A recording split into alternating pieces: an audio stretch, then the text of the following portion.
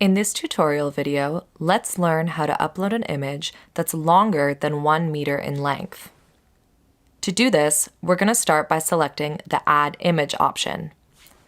Once in your image library, upload an image that's longer than 1 meter in length and select it to be uploaded into the Design Lab. The Design Lab will automatically create a tile size that's the same as your image size.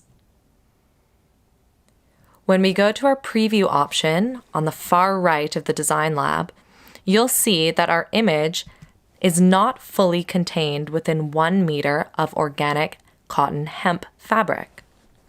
This is because all you see in the Preview option is 1 meter of fabric.